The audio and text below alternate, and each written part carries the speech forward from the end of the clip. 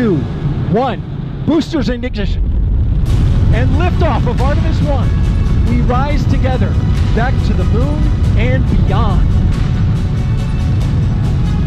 Artemis I was a first flight that set new records of performance, exceeded our estimates for efficiency, and established new safety baselines for human flight into deep space. All before returning from this journey, plunging through Earth's atmosphere, and arriving safely back on our home planet.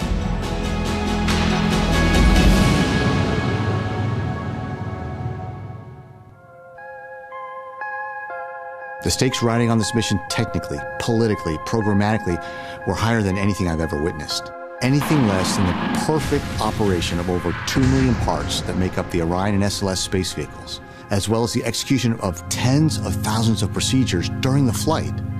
And it's likely that this generation, our generation, we lose the moon.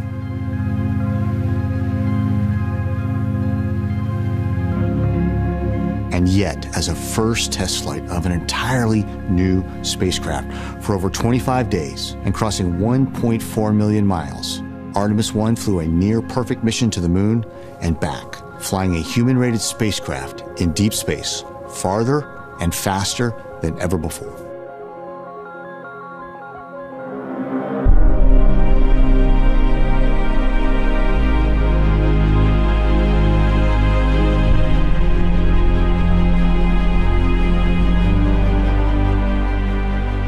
The launch of Artemis I on November 16, 2022, was a demonstration of new generation of capabilities and powerful performances.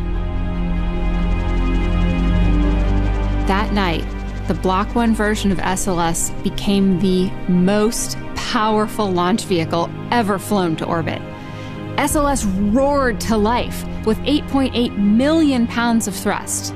That is 1 million pounds greater than even the mighty Saturn V. So all personnel, STC, STC's go. OTC, GTC, MCO. Booster, go. Control, go. GNC, go. Prop, go. CDH, go. FIDO, go. FAM, go. MPO, go. All right, looks, go for launch. At this time, I give you a go to resume count and launch Artemis I. And here we go. 10. Hydrogen burn-off igniters initiated. 4-stage engine start. 3, 2, 1. Boosters in ignition. And liftoff of Artemis I.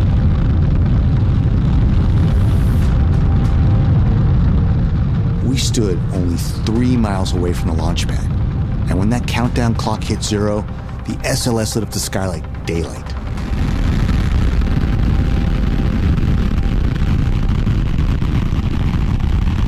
And we were treated to the ground and air reverberating the power of that first stage through our bodies. The crackling of the engines and the solid rocket motors was so distinct and even louder than when we launched space shuttles from that very same launch pad. Confirmation that the solid rocket boosters have separated. And then hearing the collective gasp of the crowd when we finally heard MECO, main engine cutoff. The flight dynamics officer reports that we have a nominal main engine cutoff. And everyone could finally breathe again. The first stage had done its job. That's a moment we will never forget. Performance nominal. Copy nominal.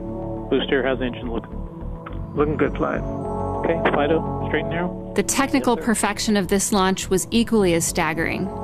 Artemis I achieved orbital insertion with an accuracy of 99.974%. That's a near perfect velocity bullseye, and a level of precision never flown before on a first flight. The groundbreaking performances of this mission were highlighted further when the ICPS, or second stage, powered Orion through the perigee raise maneuver, followed by the translunar injection, or TLI burn. They put Artemis I spacecraft on a near-perfect trajectory to the moon. Flight control, ICPS is in attitude control and maneuvering to solar null. Copy, good news.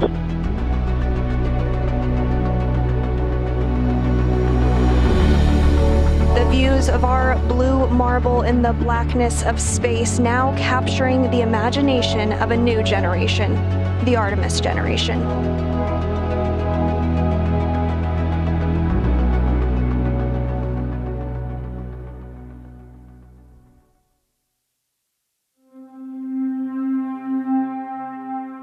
The untapped scientific and resource potential of the moon is incredible. The lunar environment will help us better understand the origins of our solar system, to prove the in situ resource utilization and technology demonstrations required to reach even further into our solar system. But none of that is possible without first successfully reaching the moon with a human-rated spacecraft.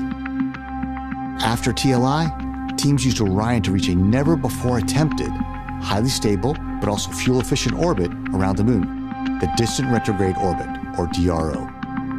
So we're all set for op nav coming up here in about 20 minutes. Correct. Okay, thanks. Flying by on the entry to the DRO put Orion within a mere 80 nautical miles of the lunar surface. That was close. And this path used the moon's gravity to slingshot Orion out to a new record for a human-rated spacecraft's distance from our home planet of Earth, nearly 270,000 miles away. And it was in those harsh environments that Artemis I truly shined, increasing our understanding of how to confidently operate in deep space. On flight day 13, we canceled a planned orbital maintenance burn because it was simply unnecessary.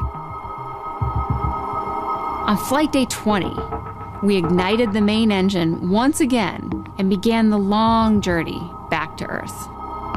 From this view, Orion is 1,277 miles above the lunar surface following its return-powered flyby burn, which sent it around the backside of the moon. Orion now has its sights set on home.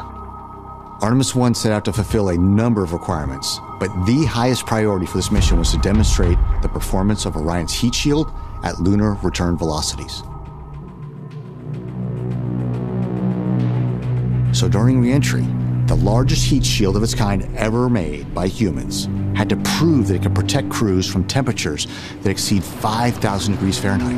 That's nearly half the temperature of the surface of the sun. Orion hurtled towards the Earth at 24,500 miles per hour, Mach 32, and initiated the first ever skip re-entry. This is the first time that humankind has skipped a spacecraft off the Earth's atmosphere. For those of us who have flown shuttle, Soyuz or Dragon, coming back from the International Space Station, we wear these Mach 25 patches. This is the return velocity from low Earth orbit. But Mach 32, that lunar return velocity, that's a whole order of magnitude more energy to dissipate.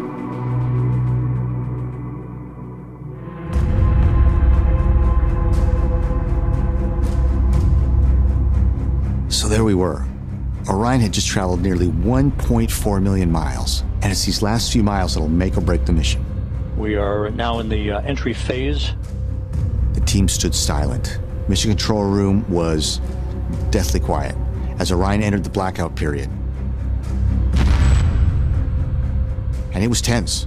We had no telemetry, we had no comms, we had no visual. All we could do was simply wait. Standing by for a reacquisition of signal. This is the moment of truth for Orion.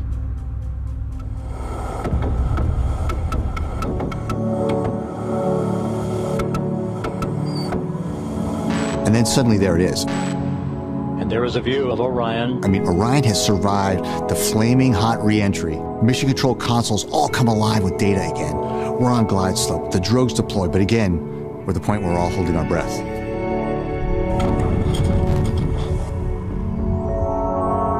And there they were, the three big, beautiful main parachutes fully deployed. And we watch Orion gently settle into the Pacific Ocean. Splashdown. Orion, back on Earth. We are speechless. We are ecstatic. I mean, we did it. At that moment, we could say, without hesitation or reservation, the Artemis generation, our generation, has had its first flight. We are going to the moon.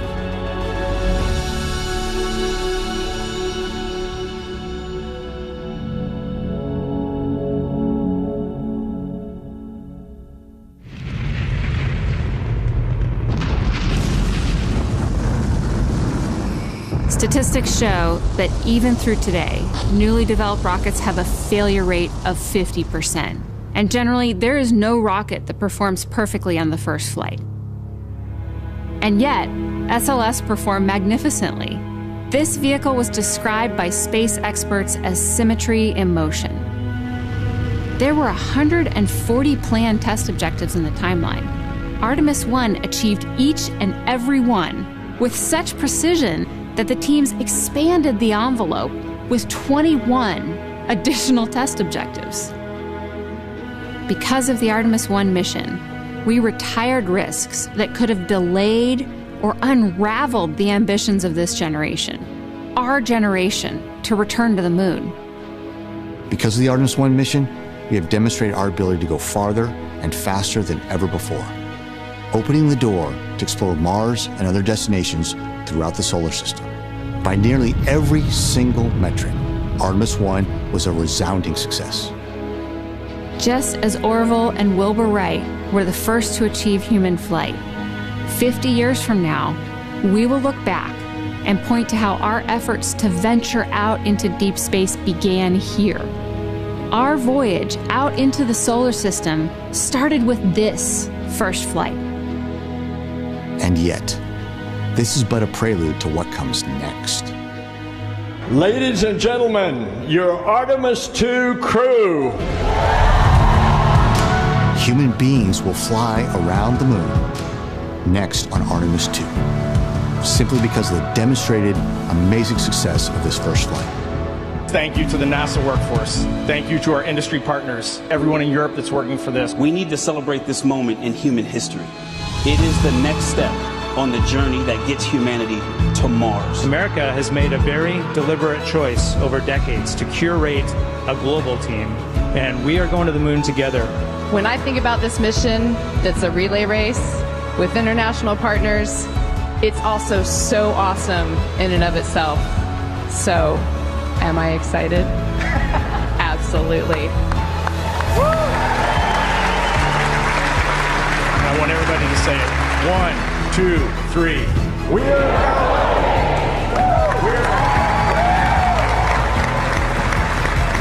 You and I, we are all truly part of the Artemis generation.